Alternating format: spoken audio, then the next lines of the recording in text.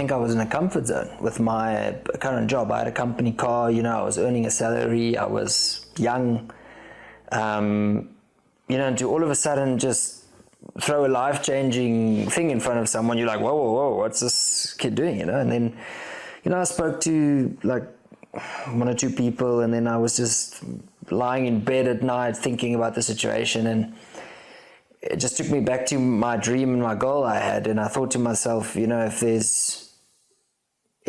I'm going to make it one day, then this is my chance. And that's when I made the decision to hand in my resignation and then go to you guys and say, yeah, let's do it.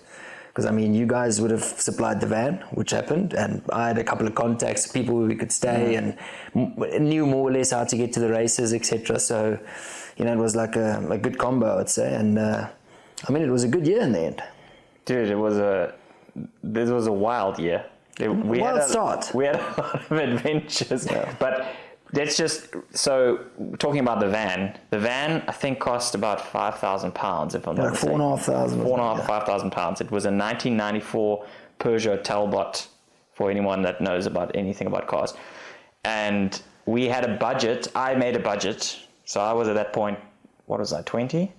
I was 20, yeah. Yeah, you turned 21 on that trip. I turned 21 on that trip. At the McDonald's. And you turned 24 on that trip. Well, I was 24 which is crazy because now I'm 34. And I'm 38. like what? Anyway, our budget, my total budget, excluding the van, was 40,000 Rand per person for 5.5 months in Europe. It's like one race now. Like, does anyone, any Europeans that have been, that's just ridiculous. That's 2,000 euros for the whole season. For 5.5 months. And that is for food, race accommodation, entries? Race entries, bike parts, tires, lift tickets. How did we make that work? I don't know. They always say there's not much inflation in Europe, so I don't know. But fair enough. It probably was about 13, 14 Rand to the euro back then. It wasn't 20 like now. But still, it was. We ate. I remember we ate like pasta and tomato sauce, rice and sauce, anything 20p jam. We weren't very nutritious in the beginning, to be honest. So we get this van, and we're in the UK, and our first trip was to Fort William, which you will, I'm sure, remember. Absolutely. First of all, we got kitted out. We got 8-pound sleeping bags from Asda. Was it Asda? Argos, sorry. 8 pound, which we never washed once in the 5.5 months that we slept in the van. Disgusting. Bearing in mind we're riding our bikes, we're sweating, like the van, oh man, it's actually, when I think back now, and we had to pay for showers, do you remember, which we didn't want to pay for, so we just didn't shower. At one point I think I did 4 days. I think we did it more than once. 4 days. And it was like 2 pounds. And riding every day. And riding, yeah, okay, but in cold. We didn't really sweat that much. Fort William. Well, yeah, Fort William, fair enough. Well, we went to Fort William. Okay. When did the car break down? On the way. Okay, when was the first time it broke down? On the way to Fort William. When we had the situation with the battery. Was that the first? On the way there still? Yes, already on the way. So like this story. That's when we had to like rev the van to get it past the air bubble. No, but we didn't know about this yet. No, we didn't know about the bleeding. Oh, yes. We just figured out that if you rev the shit out of it... No. I remember. We drove to Fort William first. No, we drove to... your aunt. Not Fort William. No, we went to Fort William, then back to Glencoe. Oh, to Glencoe. But when we got to Fort William, that's when the problem started. The first time the van wouldn't start in the morning. Oh, it started. So we started the van, and then it died.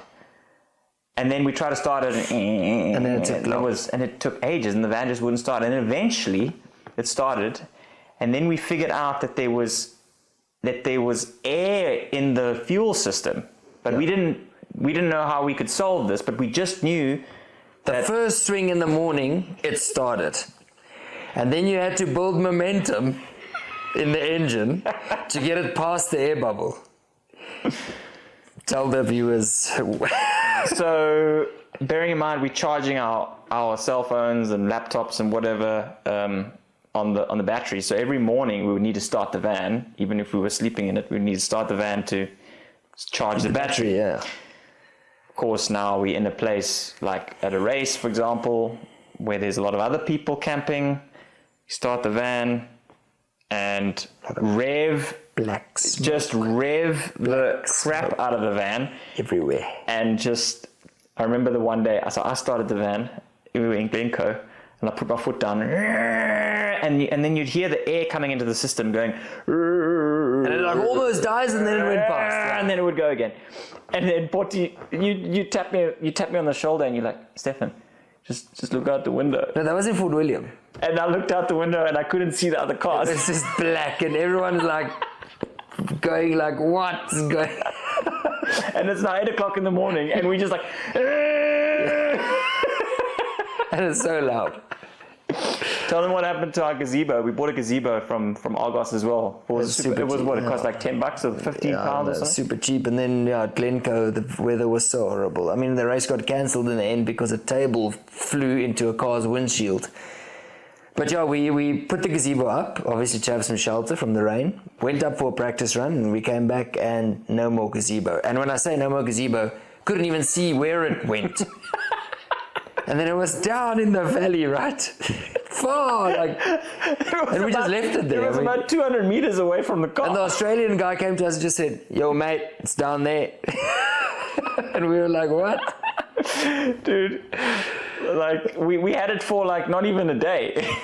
We used it for half a day. Yeah. And this was our first experience, like together in Europe. Like, this was our first thing. We went up there. And we went to Fort William, and we were there for 2 weeks. I think we rode 1 day in 2 weeks because the lift was shut every day because of the winds being up to 147 kilometers an hour. Yeah, so it's 80 miles an hour. And it was pissing rain for 2 weeks straight. And I remember we went to Glencoe. I think we did 1 or 2 runs. Yeah, and then they cancelled. They cancelled. We were just like, what's going on in this place? I remember the reason they cancelled, the wind was so strong that it blew a wooden bench, across the parking lot into a car's windscreen. And then they were like, okay, we should probably cancel the race. Yeah. And obviously, needless to say, I don't think Fort William went very well for us. Certainly not for me. I don't know how you did in Fort William. Can you remember? I can't really remember. I just remember have to go on thinking that I dislocated my shoulder about 6 weeks before that, which wasn't ideal. But I remember thinking that if this is downhill, then I don't know what I've been doing, because like that was one of the hardest races. I mean, 5 minute track after riding rough in South Africa. Coming from South Africa and straight into your first proper long World Cup track experience is an experience. It's like a different sport. Never mind the conditions. Yeah. And I didn't have any, not that you need mud tires there, but we didn't have like mud tires and spares, and I had one wheel set and one set of tires that was on my bike. It's a different sport. You can't do well at home and think you're going to come do well here. It's a different fitness. Your bike is set up completely different. And it's completely different. And then from there we went to Leogang, I think. Yeah. And that's when the real fun began. Yes. So I'll say it from my perspective, because I was sleeping. So we drive to Leogang, and that's 3 days it took us. 3 days. Oh yeah. First day to your aunt's house. Next day until the exhaust broke off. Don't spoil the story. Oh, sorry, you're telling the story. Yeah. So it was my aunt's house. The first day, that was 8 hours, and then we drove to Dover. Took the ferry. Did we take the ferry up? Yeah. Took the ferry through France into Germany. Then we driving through France, and now by the time we got there, it was late. You were driving, and it was like 1 or 2 o'clock in the morning. No, we were already in Germany by then. Weren't we in France? No, Germany. We already pushed through France, Germany. We basically just saw how far we could get. I think the plan was to get there, to get to Leogang that day. But we were going to just drive it through the night. But then I remember it was super late, 1 or 2 in the morning. And I woke up and I was sleeping and I just heard this like a horrible sound. And I said to you, what's going on? And I think you said at the time, I was like, I think the exhaust broke. Something's broken at the bottom of the car. And we pulled into a truck stop. We were so tired, I remember, and we just looked underneath the van, saw the exhaust was lying on the floor, and we just like, oh, let's just sort it in the morning, like, let's go to sleep. The next morning there was a knock on the window. It was the truck driver that could get past, but he decided to knock on our windows, and he didn't understand any English, so he just said, look underneath the car. And he looked underneath the car and he went, ah. And then he just drove past us. But yeah. So we, obviously being us, we just broke it off properly. Loaded it in the car. And put it in the back of the car. And that's how we drove for the next, 2 months, 2.5 months, I think. We were exhausted. Sorry. Yes, we're just starting out here. And I was exhausted after that trip of Pottie jokes. Yeah, jokes. It was a tough one. But so we put it in, and then that was when did the battery? No, that was at the very beginning. That was on the way to Fort William, even at that gas station. And what happened? Why wouldn't the car start? Because the alternator wasn't charging the battery, and then we went to the guy we couldn't understand, and then we went to the mechanic. And he was speaking English. Yeah, and he was speaking English. Yeah. That guy was just a loose wire, and he tightened that, and then the battery started charging. So tell them about what happened when the guy tried to help us start our car. Shame this poor guy. So now the battery's flat and we need to get someone to jumpstart us, obviously. And the more people we ask, they just ignore us. People in the UK, not very. We asked a few people and they just said no. Yeah. I mean, the mechanics working in our teams from the George, Ruben, rude guys, you guys. Anyway, so this one guy was like, you could see he wasn't really wanting to help us, but he said, okay, cool. So anyway, he pulls his car up next to the van, and there's a red and a black, a positive and a negative, obviously. And then in his car, there was just a black and a black, or a black and a green or something. Mm-hmm. And he attached it to our van, and then he attached it to his van, and he attached the last one. And I looked at him and I'm like, are you sure that's the positive? And he goes, yeah, this is the right one. And as he puts the thing on, there's just this massive explosion, sparks everywhere. This guy jumping out the way, shouting, Jesus fucking Christ! And now his car doesn't start because the wires all jump off. Like, oh flip, we broke his car now. Luckily we got his car sorted out, and we got the van started in the end. I think with his help we just swapped around the things. But luckily we sorted him and he drove off, and we could luckily drive to the mechanic and he sorted us out. But that was a very, very funny situation. Well, not at the time, let me tell you, not at the time. Afterwards, yes. Like foreign country, like, and then people think like, this is already we've already had all these things go wrong in the first trip, basically. Yeah. Just to Fort William and to Leogang. Yeah, that's all we did. 4.5 months left. Well, it's just getting started. So we went to Leogang, and I remember you qualified in Leogang. Was it that year? I think you qualified on your silver mongoose. Yes. You got 52nd, if I'm not mistaken. Yeah, something like that, yeah. Which was at that, I mean, back where then. We met Jack Norton. No, was it that? Oh, no, that was a couple of years later. You didn't start that early. Oh, okay. No, okay. Yes, sorry. Yeah. Dak. No, sorry. That's a couple of years later. That's a couple of years later. True. Actually, a lot of years later. Sorry, I'm confused now. That's where we were hanging with the Australians. Yes. What are their names again? Mick and Stu. Yes. Yeah. How's the boys? And then I can't remember all the races, but I can say after that, I don't know where we were going, but first of all, our van, it was very cold at night. because it was Europe in summer, which is basically worse than South African winter, and it wasn't very well insulated. So we just decided to duct tape everything. Like we duct taped the window frames, we duct taped the vents, we duct taped everything. Just to insulate everything. Do you remember, you want to tell them when one of us drove under a bridge that was a little bit too low? One of us. Yeah, we drove under a bridge that was too low, and the two air vents at the top it was the loudest sound ever, just smashed off. We thought the whole roof was gone.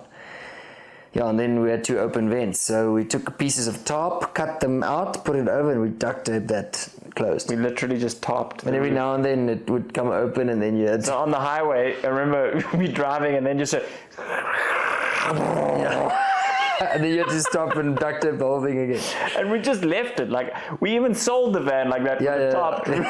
Like, I mean, where do you get those things? You know what I mean? Yeah.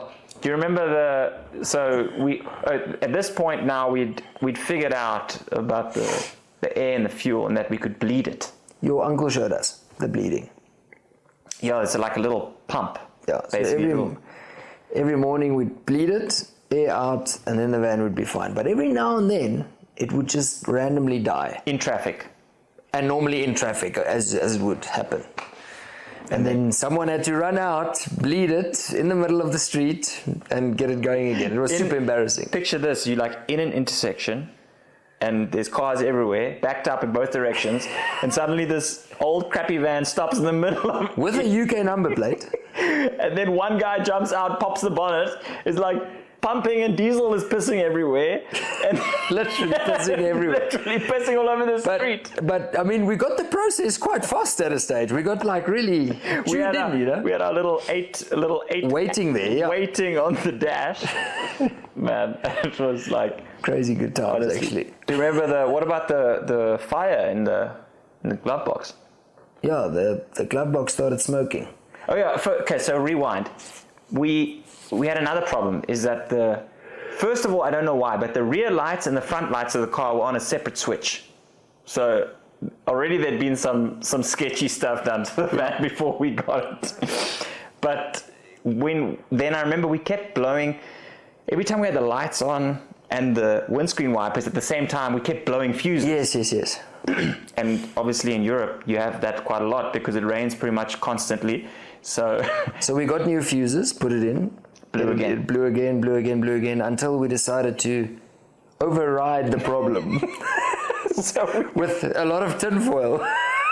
We just shoved tinfoil in there. And made it work. But the tinfoil, one time we were on the highway and smoke starts coming out of the glove box. And the tinfoil got so hot that it started burning inside the freaking glove box. Yeah. And then I don't think, like, we literally just put it out and then put the tinfoil back in and carry on going. That thing just worked, yeah. No, we made it. I mean, Gary from Suspension Center, he in the end helped us with a friend of his to weld the exhaust system back on. In Switzerland, we got someone welded our exhaust for free in Switzerland. We gave him a box of chocolates, remember? Yeah. And I just remember it being way quieter. Dude, the thing sounded like a freaking truck the whole year. Yeah.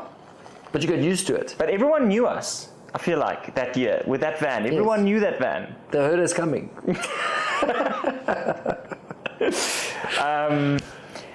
I mean, we've painted a rather gloomy picture, but we had some good results. It was you got your first. Was it your first win? No, or second?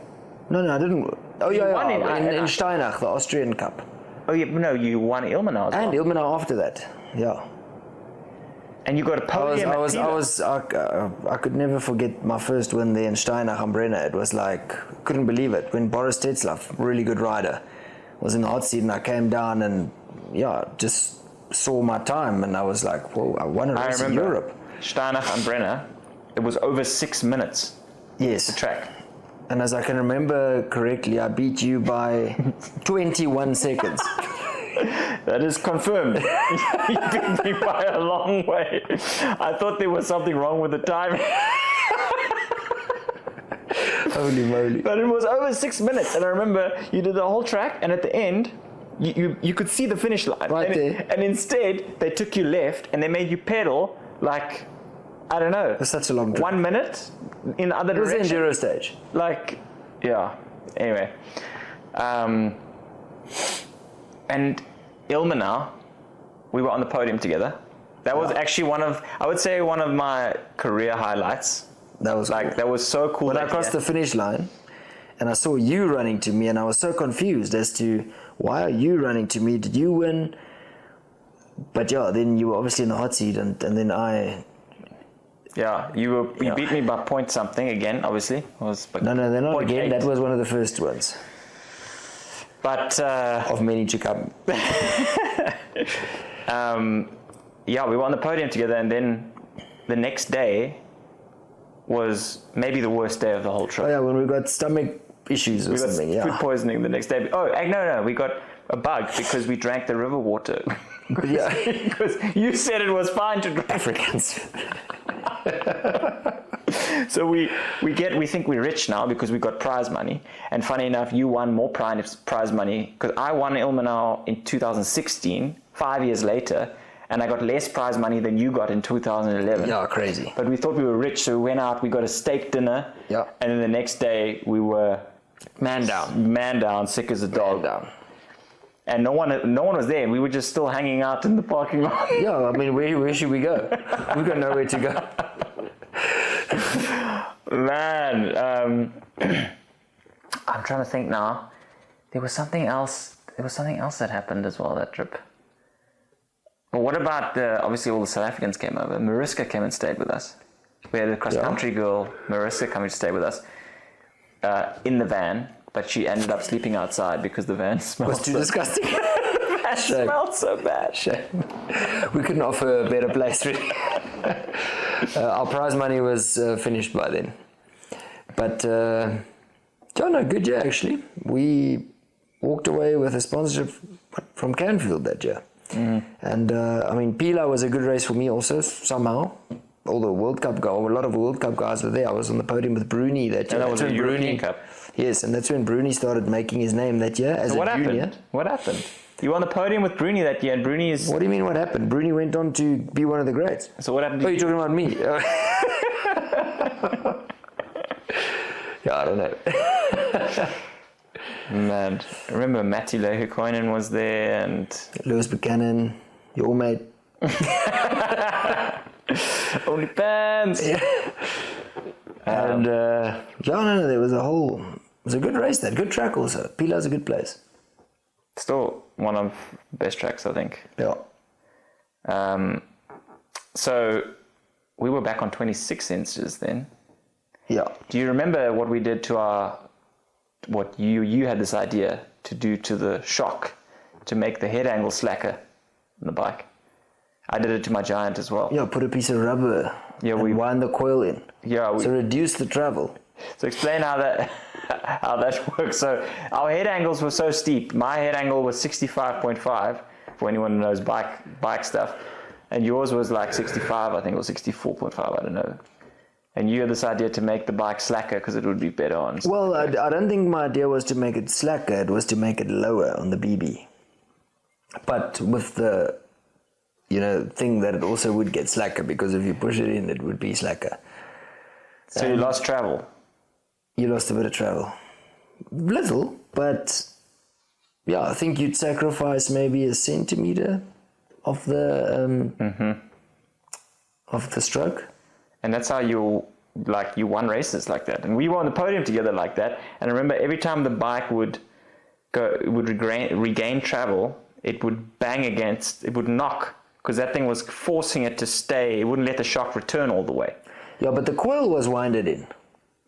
So it was just the shock's damping force pushing it against it. Yeah. But yeah, small price to pay for extra performance. Dude, what honesty, like the bush mechanics that went on. Crazy. And I think I don't know. I never bought new stuff that year. We got like tires. We just asked teams after the World Cups. We like walk around the pits asking for tires. I remember buying a Specialized tire at Oping Bikes and a rim, because my ZTR rim lasted a day in Fort William. I can't remember what bike parts and stuff I bought, to be honest. Tires, I mean, if you go to the World Cups, you can always get a tire or two somewhere. What about when we got, just thinking about another story, what about when we got pulled over by the cops? Yeah, that was another experience in Germany. Well, I think we got pulled over multiple times, actually, but there was one time particularly where they searched us, and they said the dogs were going to come. And now we're like, cool, we got nothing to hide. But then we were thinking, what if the previous people hid somewhere? And then you start telling yourself stuff like, oh, flip, like, this is not going to be fun if there's something, you know. But yeah, that happened a couple of times. It was a good year. If you guys enjoyed this clip, please like and subscribe. And to see the full episode, click the video right up here. Do it. That was iconic.